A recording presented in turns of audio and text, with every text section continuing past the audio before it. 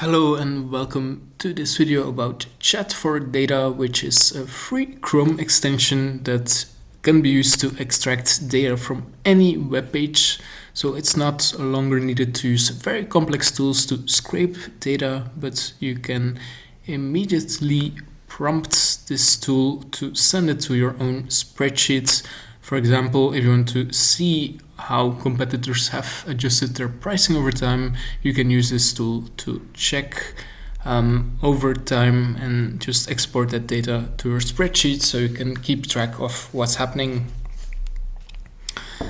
So I think it's a really promising technology because it can help you to extract a lot of data types and just make sure that you have a clear overview of it in your database.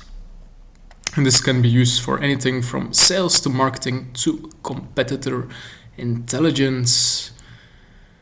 So as you can see, you get 1 million free tokens when you get started, and after that you have to pay $1 per million tokens.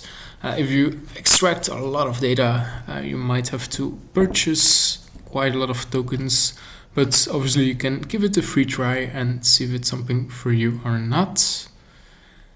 And I think, it's very interesting technology because scraping used to require quite some in-depth knowledge, and this tool can make it a lot easier.